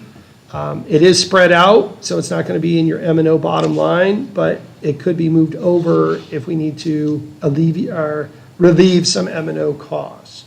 And so my goal has always been to leave the place better than I found it when that time comes. And this would be outlined to you of where that money is and how we can strengthen those reserves, especially if the override, if we go for it and it doesn't pass, it gives us more time to figure out what we want to do, okay? And then objective 2D is develop a comprehensive long-term facilities plan that addresses both potential scenarios of declining enrollment. So if enrollment continues to decline over the next 10 years, and I don't want to panic anybody, but let's just say that does, are we looking at, a decade from now being one facility, a K-12 facility? Or if it grows in 20 years, and I don't want to be the person known in this community that sold everything, and there's no future if this turns into families running from all over the country to move to Fountain Hills, which I would be very pleased with. But I do have a plan, and I will outline that, of how we can have multiple, we'd actually have 2 high schools and almost 2 learning communities in this town without selling all of our land off.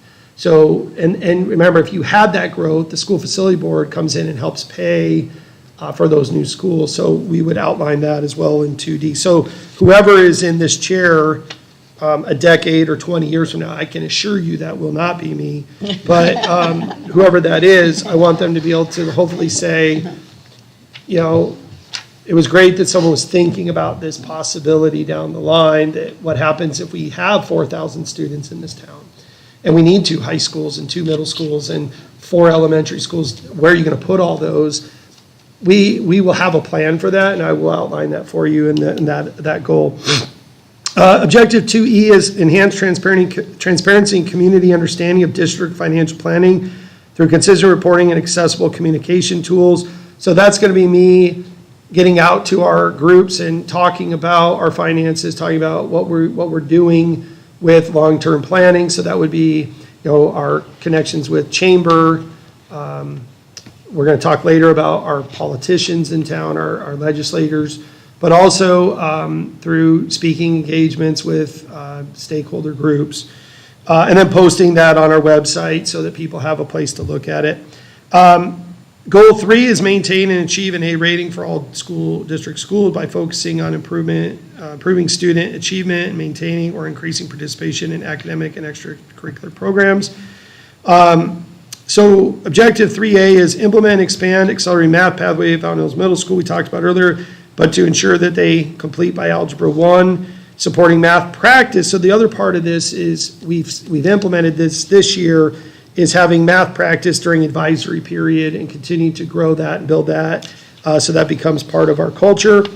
3B is enhance and sustain advanced math opportunities at Fountain Hills High School through our ASU math partnership, and at McDowell Mountain Elementary School through Innovate 21 Junior, ensuring alignment is, so they have acceleration in elementary, they have it in middle school, and then they have it in high school, even if they go beyond the classes we teach through Arizona State University. Objective 3C is refine and sustain the reteach program at all campuses to ensure timely intervention, enrichment, and mastery of key academic standards. So I think there's always room to refine it and also sustain that. It is a big part of our culture. 3D, ensure all principals participate in annual data digs, so they're getting into the minutia of their student data. And they have already done that once this year. I already sent them. I attended with them last year, and then the second part of that is them meeting with their staff and showing me that, so I can show you that they're meeting with each grade level and showing them where kids are. And I did that presentation for you last year with ACT data, where I showed that we can actually see where kids are in November. They're going to be taking it real soon here. And we'll get the results in January, and then we take it again in April. They have all year to help grow that. Now, we can't do that with AASA because they won't let us take it twice, but our benchmarks, who are very aligned to that, should give us that data, which is similar. And then the principals would implement that and report back to me. I report back to you. Objective 3E is implement, grow, and sustain our signature academic programs. Remember, we really didn't have, all we had was EVIT 4 years ago. So now we have Fountain Hills University, AP Capstone, Innovate 21, 21 Junior, and EVIT. And we even have a bigger, broader one just called Accelerate Fountain Hills, which is our acceleration across all schools. But to increase student engagement and the academics in those, but also to grow it. Innovate 21 started with, I told them, you'll probably have 15 to 20 kids per grade level, so you're going to have about 50, 60 kids. It's over 100 at the middle school alone. So that's good. So there is a need for that in our community. Our parents do want acceleration opportunities, and we need to deliver on that. We've been working on it. We'll continue to. And then Objective 3F, streamline and align benchmark assessments. That is something that came up in our A+ application that I felt like that really needs to be addressed. That was something that I think is kind of a loss with Chris Alexander being gone. He handled that. He was very good at it, and he was very good at running reports and meeting with principals and saying, hey, this is where you were last year, this is where you were over the last 3 years. He was great at spreadsheets and really breaking it down. So I went in this year, and what I found is a lot of teachers are creating their own benchmarks. So they take the template, they save it, and create their own. But that's not consistent, and so we have to fix that this year. And I've already done that, and helped create them, but also was very, very strict with our principals that once they take the district benchmark, they can create their own and take as many times as they want. I don't care if Ms. Barsman wants to take 5 different benchmarks throughout the year that help her guide her goals, but she's got to take the district one so we know year in and year out where the kids are and where the cohorts are as they grow. So that'll be done through Performance Matters, and I'll be able to show you some data on that. Objective 3G is implement, grow, and sustain the ACT prep course at the high school and provide the pre-test, post-test opportunities that we do. Because that's a budget decision, it does cost us money. We do commit to that for our high school juniors so they can not only have a super score, but also to show growth on that, because that's the pathway for a lot of them to get scholarships and opportunities through universities. So not only is it budgeting that, but it's also budgeting an ACT prep course. We could be using that funding for a different course, but we believe strongly in that prep course, and the kids take that each year. So I think the biggest thing there is how can we improve upon that and take feedback from our student advisory board on that. And then we'll also share with you throughout all this qualitative data our survey results from our students and staff on our accreditation. And Barry got, just so you know, when you do survey data, a lot of times you get 20, 30% of your sample population. You feel pretty good about that. She got over 200, I think over 250 kids at the high school to take that survey. And it was really good data. Really happy with the way the kids feel at the school. They really do feel supported and feel like there's a lot of opportunity for them. But they also gave us some good feedback on ways to improve, and we'll include that in our data. And then lastly, goal 4, and then I'll take questions on whatever goal you have. Goal 4 is build strong and trusting relationships with family, staff, and community to support our educational excellence and student success. So that was your goal. Objective 4A is to implement, grow, and sustain opportunities for staff to connect with peers through our early release Wednesdays, students through activities that we do, and then families through community building events such as our annual staff picnic, curriculum nights, recognitions through Kiwanis, Rotary, Chamber of Commerce, student staff competitions, and community service activities. So we've already done several of these just this month alone. We had our costume walk at McDowell Mount. We had our October performance at Little Falcons Preschool. We went out to the community, as you heard, to a retirement community to sing to them. We had our staff student basketball game, which in that game I hit a half-court shot. I have security footage if you want to see that. But it was a lot of fun, and the kids, that's a good way for us to build that community that we must have here. So that's objective 4A, and then 4B is host activities on school campus that actively engage parents and families, creating welcoming environments that strengthen our partnership. We talked about that at coffee with the superintendent just 2 days ago, and how we can continue to utilize PTO. We have some really involved PTO parents this year, and we talked a lot about how can we get them to bring back class parents and volunteer.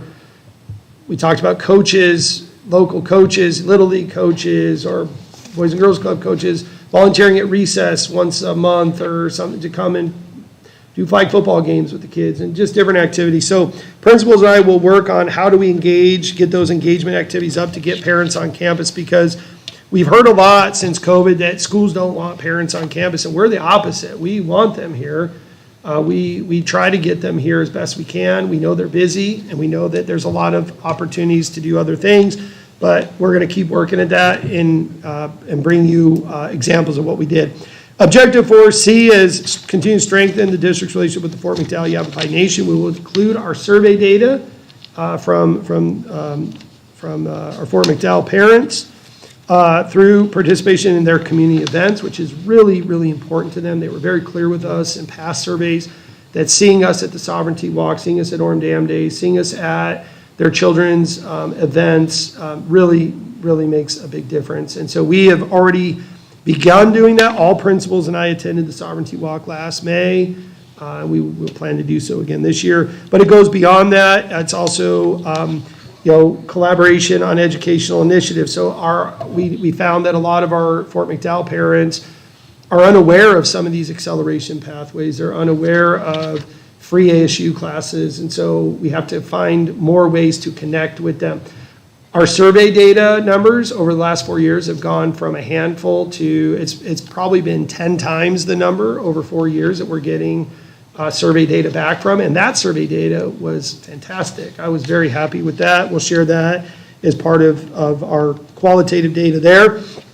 And then joint projects. So the Fountain Hills Leadership Group, which I just did a tour with and was a guest speaker at, they're actually doing their project this year in conjunction with Fort McDowell, and I'm kind of the person in the middle of that, helping guide and get them connected to the right people. But that's another example of bringing both communities together. And then our Native American Cultural Center that we've worked hard to build and grow over this year is the first year it's really in full capacity. 4D, meet regularly with local political and civic leaders to share district updates. So that'll be our town council will be invited, our mayor. Our mayor's already been on campus multiple times. I do the Friedel Fridays with him, and I appreciate that. But also we've reached out to Senator Kavanaugh has come and done tours with me and met with me. Schweiker has also come and done a tour with me and picks up the phone when we call. We appreciate that, so we'll continue to meet with him as well. And then we will always invite our representatives for this district as well. So we will continue to do that, and I will put together kind of what we did, pictures, things that we did, to make sure that they are understanding what we're doing, how we're doing it.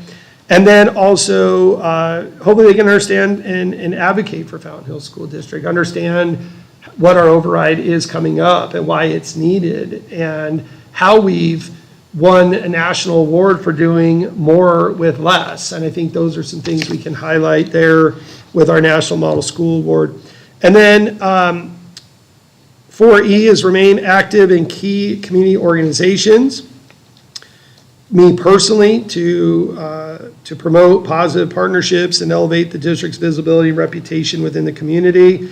So this includes engagement with the Rotary, the Kiwanis, Chamber of Commerce, Dark Sky Discovery Center, Sister Cities, Fountain Hills Leadership Group, Boys and Girls Club, as well as hosting our annual Realtor Tour, so they can learn not only about our district, but anything new that we've added since the last time we saw them.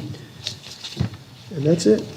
So it's a lot of things on there, and I think these are things that need to get done that I would do regardless of if we had goals or not, but you were able to streamline those this year, get them approved. I appreciate that. So I'll take questions, and then you're welcome for the next 2 weeks to send Krista and I specific things that you'd like changed or things that you think we could elaborate on, because it's a first run at it. I just have a couple of comments. Some of these things are almost, like for example, objective 1E and 1F, 3E are kind of saying the same things, the academic programs, the Innovate 21, the advanced math. They're kind of, I don't know if you want to maybe condense the Sure. ones that all address those into fewer objectives.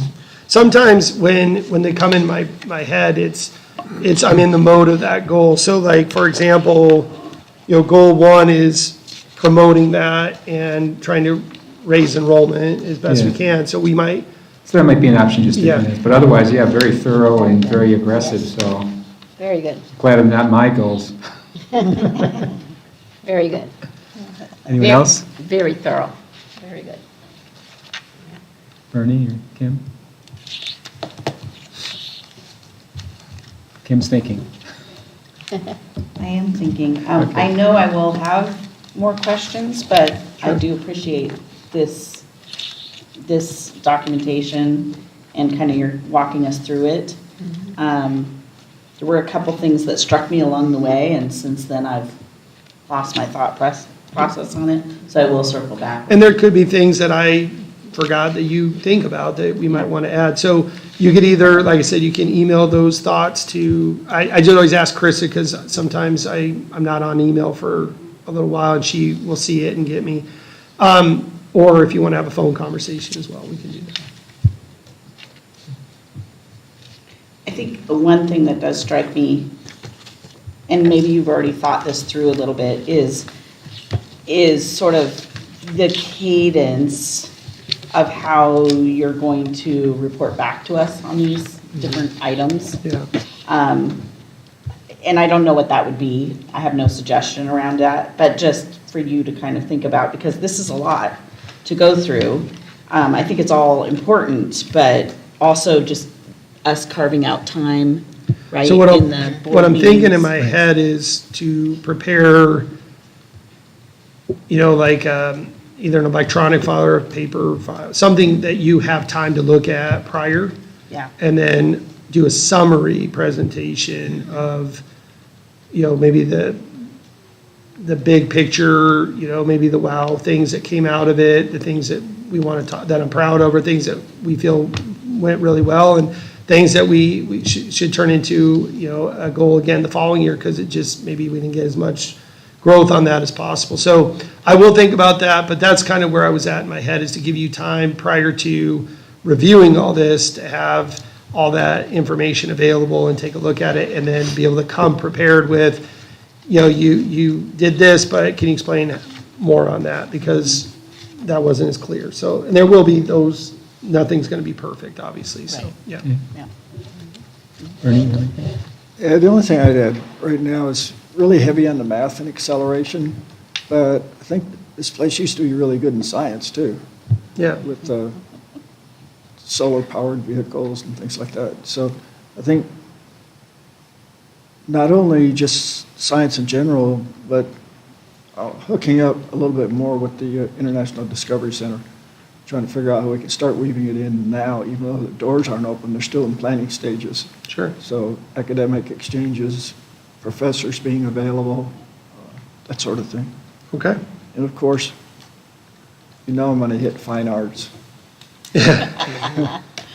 So some way, even if it's part-time or a club, a glee club, a stage band, because you got small numbers, I mean, there are ways maybe to work through it, and I know you got 2 teachers doing double work, and they're doing fantastic. They're keeping the kids motivated, interested, they're making progress. One is a music teacher, the other one is trying to be a music teacher.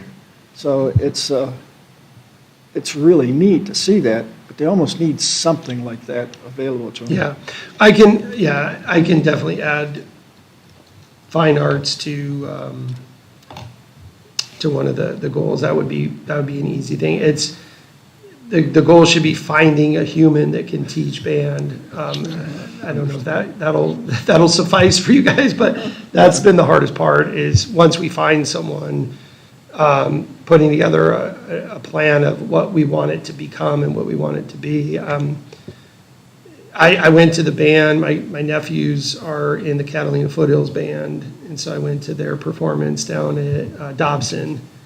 And they have 250 students in their marching band. And it just brought back a lot of memories of being out there with Lynn and Jan and going watching our kids. So I definitely miss that. So we can definitely make that a goal, though. I know that's an area that's been tough over the last couple of years. And I think we're going to see I think the teacher shortage is going to shift here because as schools close and everyone's doing it and buildings start closing, sections are going to close and there's going to be more teachers available. So hopefully we can pick somebody up this off season, but I will add that as a goal for you, Bernie. The other thing would be security and safety. I know you've gotten a lot of upgrades on the technology side, but other things that could be done in that arena. Yeah, that's easy. So I can throw that one on. Yeah. That's about it. And I'm going to add world languages, see what can be done to have more. And I know it's a problem, even getting one teacher. But I know somebody in Sister Cities that's looking for a German teacher for you. Yeah. Yeah, send them my way. They can call anytime. And then I'm going to circle back as a parent in the district that I do appreciate your emphasis on math, because I do think that we do have a proficiency problem right now in math. We have growth. We have growth. And growth only gets you so far.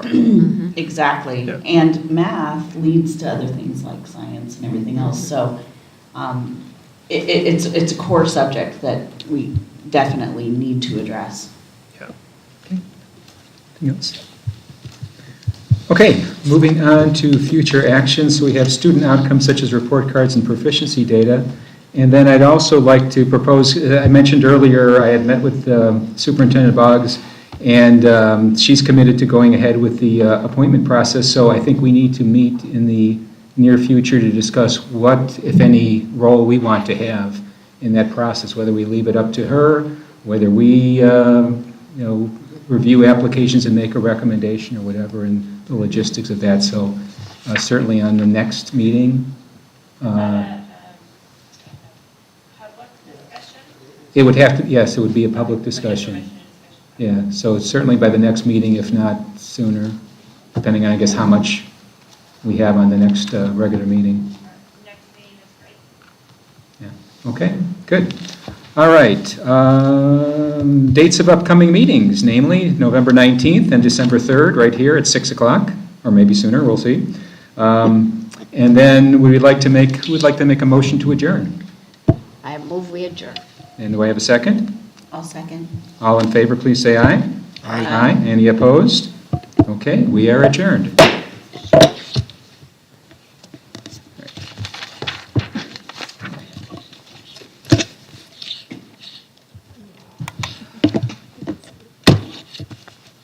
Okay, there's a sign. We'll go this way first because we went last time.